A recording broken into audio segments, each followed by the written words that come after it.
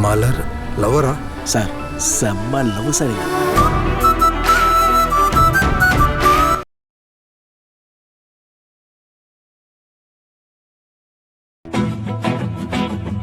அனைவருக்கும் வணக்கம். நான் உங்கள் பத்திரிகையாளர் RS கார்த்திக். இந்த வீடியோவில் நம்ம பார்க்க இருக்கிறது நம்ம வேறு லெவல் சினிமா சேனலோட சினிமா விமர்சனம். இப்போ நம்ம பார்க்க இருக்கிறது இந்த வாரம் திரைக்கு வந்திருக்கிற போகி படத்தோட விமர்சனம். போகினா என்ன, போகி பண்டிகை அப்படின்னு கேட்டிங்கன்னா இல்லைங்க.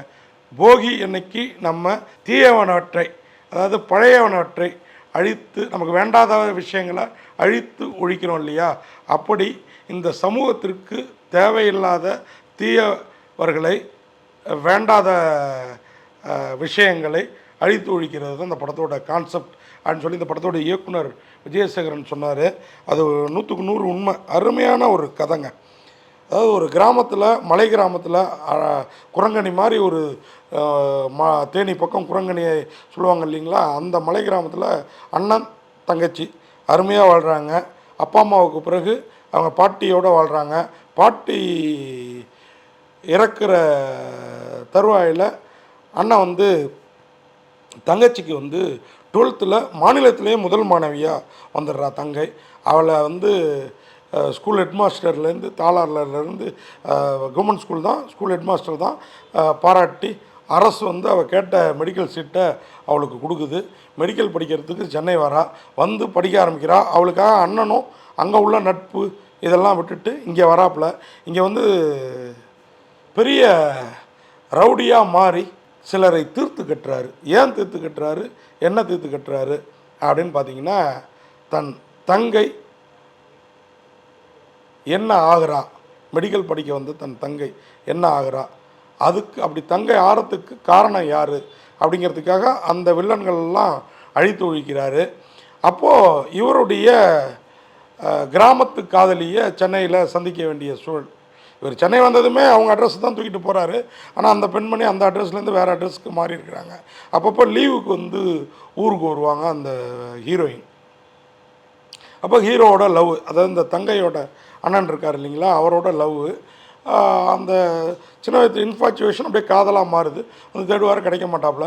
இவங்க 2 பேரும் சந்திக்கிறப்ப ஒரு பெரிய கொலைகாரனாக இருப்பார். ஏன் கொலை பண்ணுறாரு, எதுக்கு கொலை பண்ணுறாருன்னு பார்த்தா, MBBS படிக்க வந்த தன் தங்கைக்கு ஏற்பட்ட நிலை தான். MBBS படிக்க வந்த தங்கைக்கு என்ன நிலை ஏற்படுது, ஏன் ஏற்படுது அப்படிங்கிறது தான் இந்த படத்தோட கதையும் களமும். உண்மையாகவே அருமையான ஒரு சப்ஜெக்டை தொட்டிருக்கிறார் இந்த படத்தோட இயக்குனர் விஜயசேகரன்.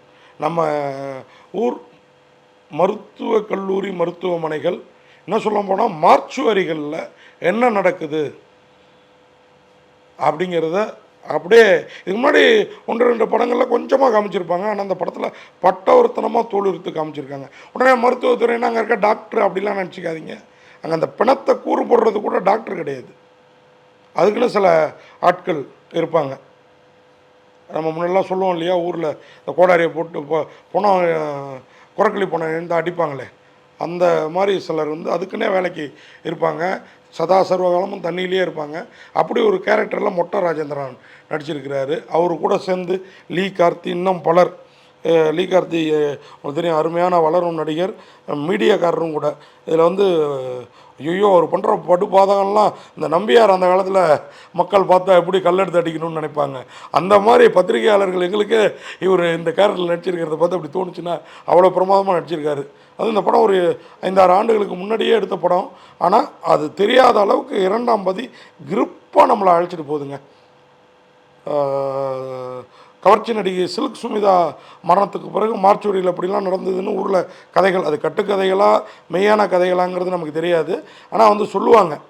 நம்மளாம் இப்போல்லாம் ஃபீல்டுக்கே வரல, இப்போ தான் வந்தோம், கொஞ்ச நாள் இருக்கும். அப்போ ஊர்லலாம் சொல்லுவாங்க. ஆனால் வந்து இந்த படத்தில் அதேமாரி ஒரு கதை.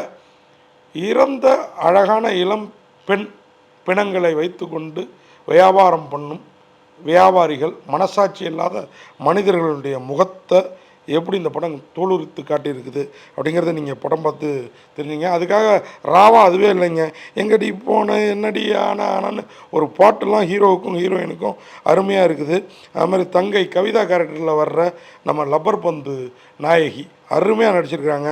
அது மாதிரி சங்கிலி முருகன் அவர் வந்து தாத்தாவா, அது மாதிரி ராதா சரஸ்வதி கையால் அட்மிஷன் ஃபார்ம் வாங்கி அந்த பொண்ணை வந்து கல்லூரிக்கு அனுப்ப அவர் நினைக்கிறது எல்லாமே சிறப்பாக இருக்குது. நம்ம கூட கல்லூரியில் தான் ஏதோ இந்த பொண்ணுக்கு அசம்பாவிதம் நடந்திருக்கும் அப்படின்லாம் நினச்சோம்னா அதெல்லாம் இல்லை.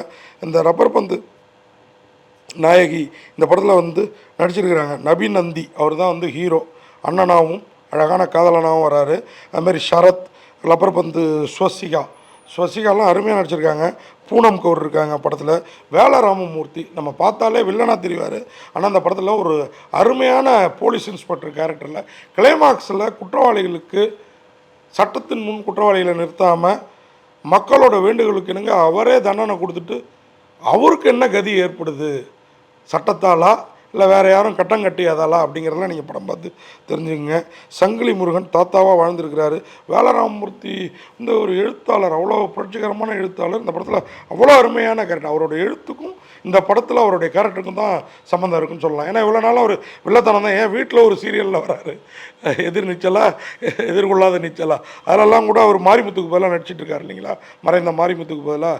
அவர் அதிலெல்லாம் கூட வில்லனாக தான் இருப்பார். அவர் ஏதாவது ஒரு கொடுங்கோல் தன்மை பண்ணிட்டு இருப்பார். ஆனால் இதில் அருமையான ஒரு போலீஸ் கேரக்டரில் வராரு. மொட்டை ராஜேந்திரன், ஐயோ அவரை பார்த்தா நமக்கே பயமாக இருக்குதுங்க.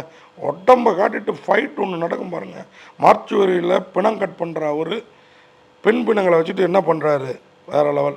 எம்எஸ் பாஸ்கர் கொஞ்ச நேரம் காமெடின்னு வந்து சில இடங்களில் கடித்தும் சில இடங்களில் கொஞ்சம் சிரிக்க வைத்தும் போகிறாரு. அதெல்லாம் நீங்கள் என்னங்கிறத படம் பார்த்து தெரிஞ்சிங்க. முன்பாதியை விட பின்பாதி வலுவாக இருக்குது. உண்மையாகவே டைரக்டர் விஜயசேகரன் பல படங்கள் வெளிவரதுக்கு காரணமாக இருந்தார்.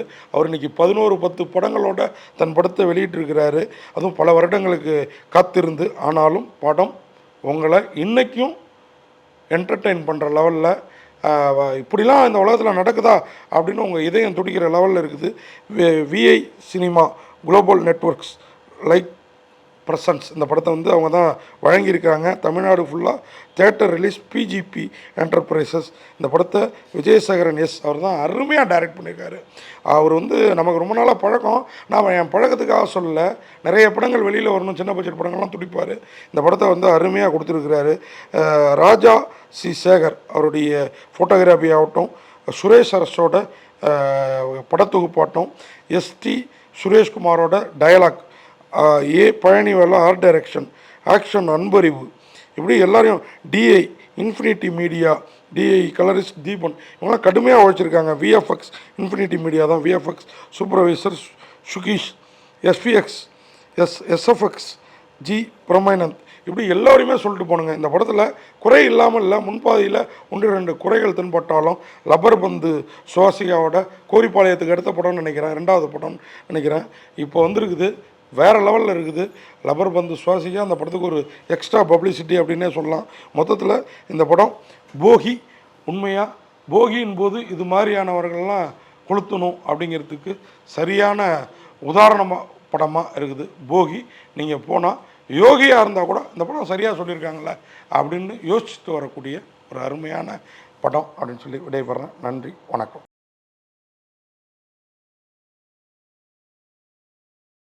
இந்த வீடியோ உங்களுக்கு பிடிச்சிருந்தா லைக் பண்ணுங்கள், கமெண்ட் பண்ணுங்கள், ஷேர் பண்ணுங்கள், சப்ஸ்கிரைப் பண்ணுங்கள்.